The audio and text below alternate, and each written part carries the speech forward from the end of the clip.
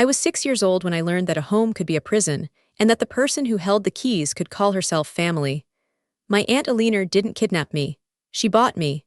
$5,000, paid to my mother in a parking lot behind a pharmacy, the same amount my mother would spend on her final overdose 2 weeks later. Eleanor called it a rescue. She called it charity. She called it giving an unwanted child a chance. What she actually did was purchase a servant who couldn't leave, who had nowhere to go, and who would spend 26 years cleaning 12 rooms she was never allowed to sleep in. Welcome to Little Bunny Stories. If you're new here, my name is Jade, and this is the story of how I turned my aunt's mansion of solitude into a house of refuge, and how I made her watch, from her attic prison, while the women she would have despised filled every room she had kept empty. If this channel has ever made you feel less alone, hit subscribe. We tell stories like this every week, and if you're watching because someone treats your existence like a service they purchased, stay until the end. I need you to hear how this ends. Here's my story. My mother left me at a bus station. That's the official story, the one Eleanor told at dinner parties when guests asked about the young woman serving their wine. Her mother abandoned her at a bus station. Can you imagine? I took her in, gave her a home.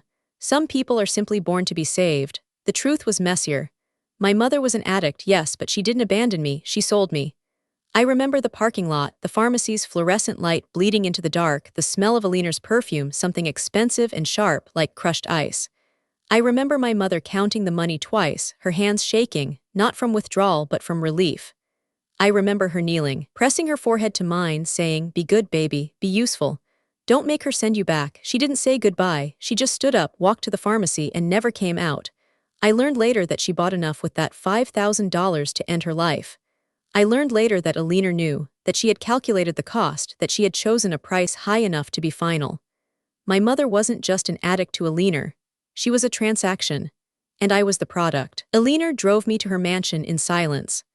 I was 6, small for my age, wearing clothes that smelled like the shelter I had been in for 3 days while my mother made arrangements.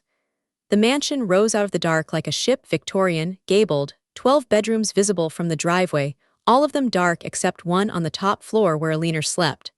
She didn't turn on lights for me.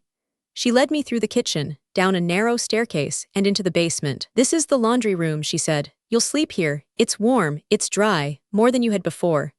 The room was concrete and pipes, a washing machine that rattled like it was dying, a dryer that smelled of mildew.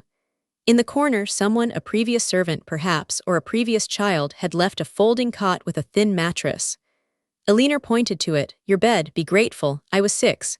I didn't know I was supposed to be ungrateful. I didn't know that warm and dry were the minimum requirements for human habitation, not gifts. I lay on that cot that first night, listening to the furnace groan and the pipes clank, and I thought, this is what saved feels like. This must be what saved feels like. I cleaned the 12 rooms starting at age 7. Eleanor taught me, or rather, she demonstrated once and expected perfection thereafter. The dusting of antique furniture, the polishing of hardwood floors, the careful arrangement of pillows on beds that no one slept in. "These rooms are for guests," she said, though in 26 years I never saw a guest. "They must be ready. A lady's home is her reputation." I was not a lady. I was the girl who cleaned the lady's home, who cooked her meals, who listened to her monologues about her late husband, a man who had died before I was born, who Eleanor described as understanding and supportive, and the only person who ever appreciated my sacrifices. I learned to make her tea exactly how she liked it, to time her meals to her schedule, to anticipate her moods before she spoke them. I went to school, technically. Eleanor enrolled me in the public system, the cheapest option, and I walked 2 miles each way because she wouldn't drive me. I learned to read, to write, to do math, but I also learned that my homework was secondary to my duties, that a missed spot on a mirror was more serious than a missed question on a test, that my education was happening in the mansion, not the classroom. At 12, I asked about my mother's family. Eleanor said they were dead.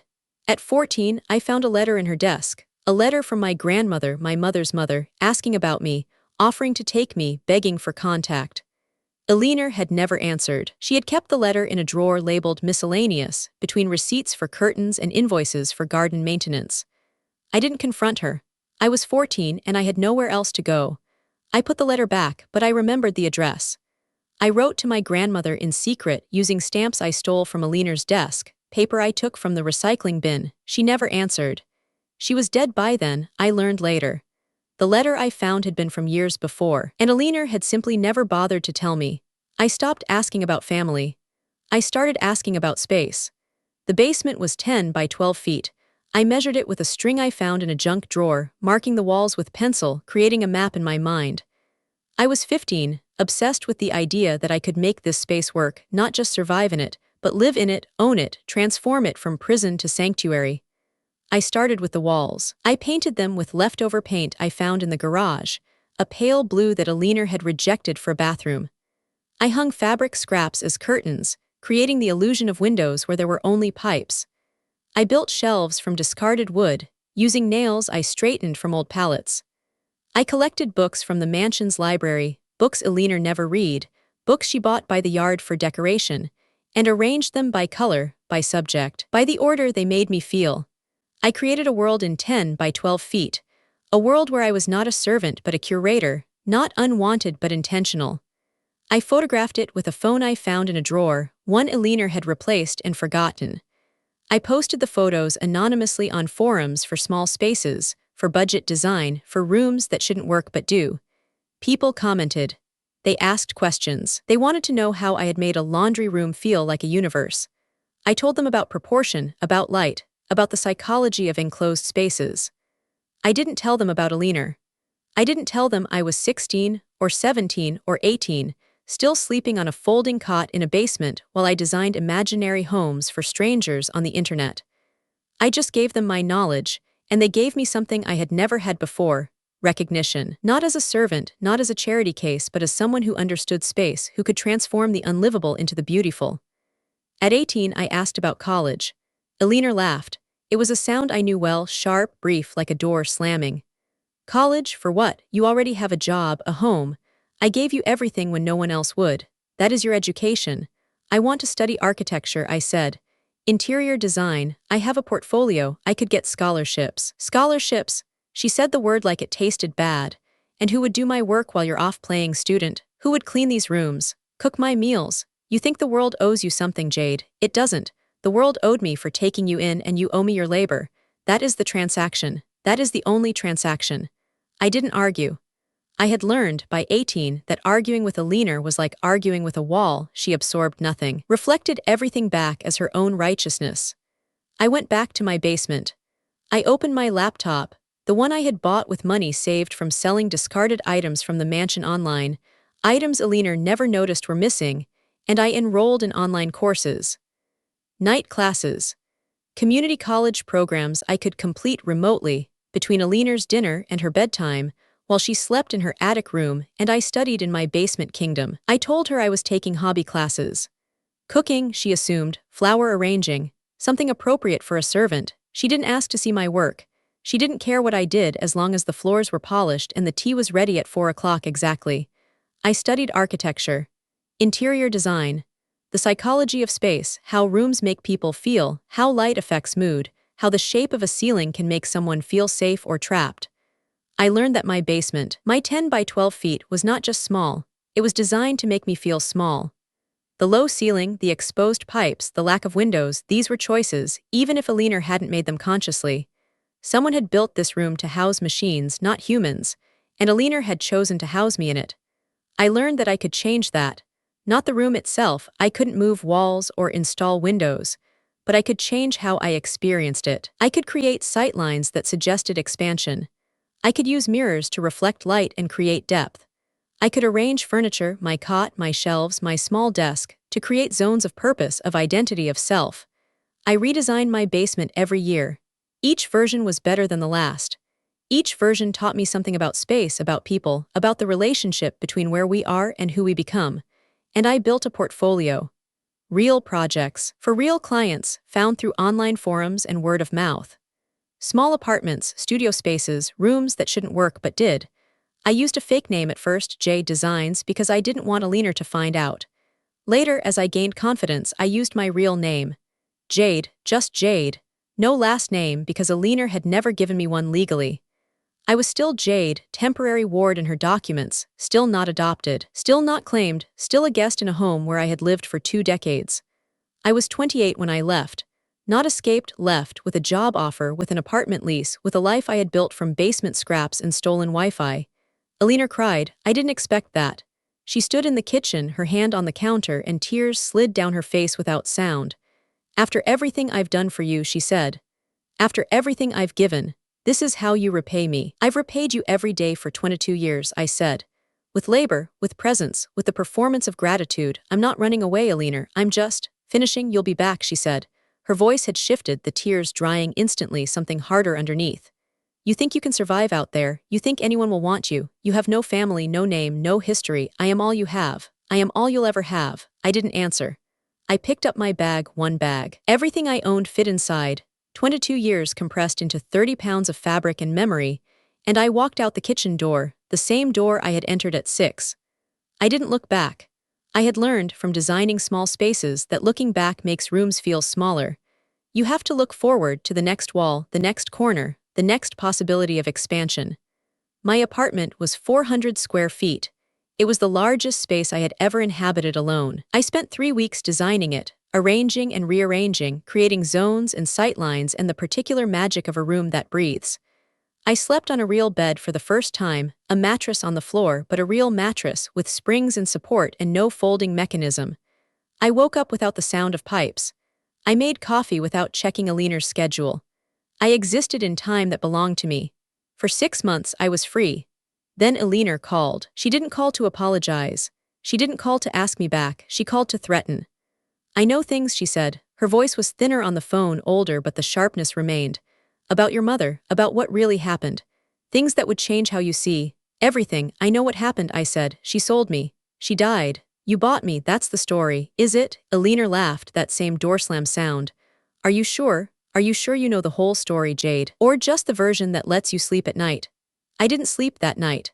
I lay on my real mattress in my 400 square feet, and I thought about the parking lot, the pharmacy light, my mother's shaking hands. I thought about the letter from my grandmother, unanswered, buried in miscellaneous.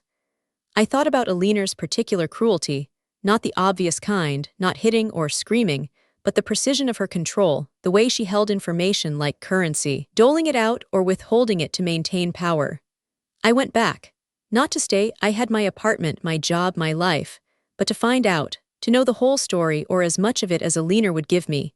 She received me in the parlor, one of the 12 rooms I had cleaned 1,000 times. She looked smaller, somehow, in the space she had dominated for so long. Her hair was thinner, her posture less rigid. But her eyes were the same, assessing, calculating, always 3 moves ahead. Your mother didn't just sell you, she said, pouring tea I didn't want. She asked me to take you. She came to me, Jade. She found my address, my phone number. She knew who I was. She said, my sister's husband is rich. She can give Jade what I can't. She chose this. She chose me. Why, I asked. Why you? Why not my grandmother? Why not the state? Because your grandmother was poor, Eleanor said, as if this explained everything. Because the state would have taken you places, moved you around, made you ungovernable. Because your mother, for all her faults, understood one thing, you needed stability, and I could provide it, for a price. The $5,000 and your silence and your labor and your gratitude. Eleanor set down her teacup. It was a business arrangement, Jade. Your mother understood business. She was clearer than you give her credit for. She knew she was dying. She wanted to make sure you were placed before she went. I sat with this.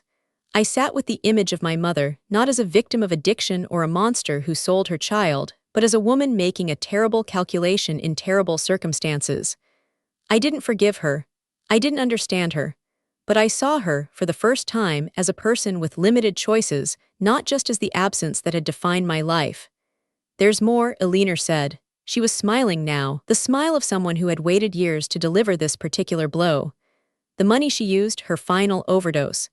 It wasn't just the 5,000. I gave her extra, 2,000 more specifically for her departure. She asked for it. She said she didn't want to be a burden. She said she wanted to make sure you never had to wonder. I stood up. The room tilted.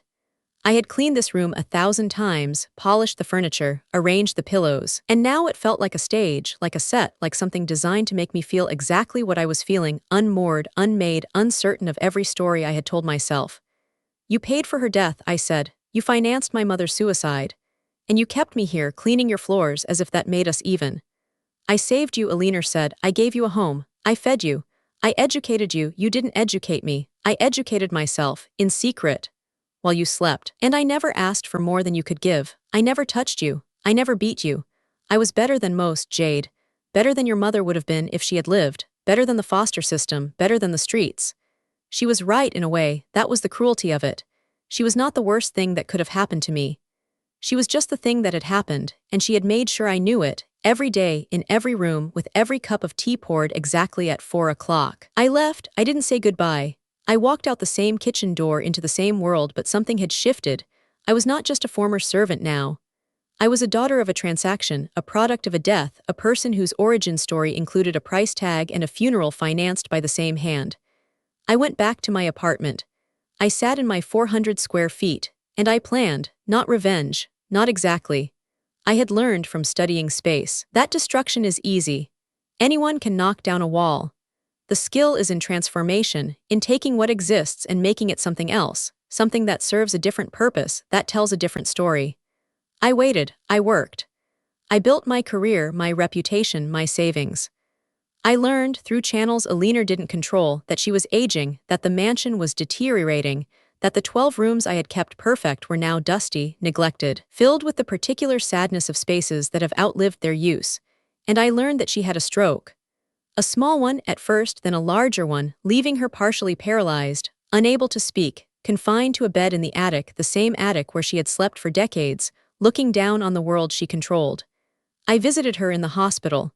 She couldn't speak, but her eyes could move, could track me as I entered the room.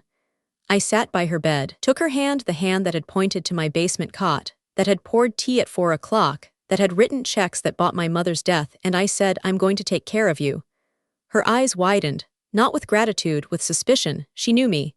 She had raised me to be useful, to be grateful, to be silent. And she knew that I was none of those things, not anymore.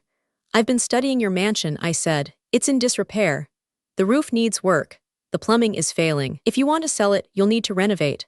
I can do that. I'm an architect now. You know that, don't you? You must have seen my name somewhere in some magazine, on some website. Jade, just Jade, the girl from your basement, designing spaces for people who can afford her." I squeezed her hand. She couldn't squeeze back. "I'll renovate it," I said. "Increase the value, make it marketable. And when it sells, you'll have money for proper care. A facility. Nurses. All the things you deserve." She blinked. Once, twice. I knew her well enough to read it. Yes, she wanted the money. She always wanted the money. Even paralyzed, even silenced, the calculation remained. I didn't tell her my real plan. I didn't tell her about the women I had met in my work, in my life, in the forums where I had first found recognition. Women who had been displaced, sold, discarded by families who called it love. Women who needed space, not just physical space, but the space to become something other than what they had been told to be. I renovated the mansion. 12 rooms, 12 apartments, each designed for a woman escaping something. The single mother with no deposit, no credit, no way to rent in a market that demanded both. The daughter whose family had decided her education was less important than her brother's. The immigrant without documents, without language, without the particular paperwork that makes you visible to systems designed to ignore you. I designed each space with everything I had learned. Sight lines that suggested safety. Light that suggested hope. Ceilings high enough to breathe. Windows that opened, actually opened, to air and sound and the particular freedom of being able to leave. The basement, my 10 by 12 feet, became the heart of it. I removed the washing machine, the dryer, the pipes that had been my constant companions. I installed a kitchen, communal, warm, designed for women cooking together, eating together, being together. I built a library with the books I had collected over decades, the ones Eleanor had bought by the yard, now finally read, finally shared. I created a wall, the most important wall, where women wrote their names. Their real names. The ones they had been afraid to use, or had forgotten, or had never been given. Eleanor watched from her attic. I had converted it into a care suite, accessible, with views of the gardens she had never let me tend. She could see the lights in the 12 rooms from her window. She could hear the laughter, the music, the sounds of a house that was finally full. She couldn't speak. She couldn't walk down the stairs. She couldn't do anything but watch and wait and exist in the space she had made for herself, alone. At the top of a house that had finally learned to include everyone but her, I visited once a week. I brought food, adjusted pillows, read reports from the foundation I had established to run the house.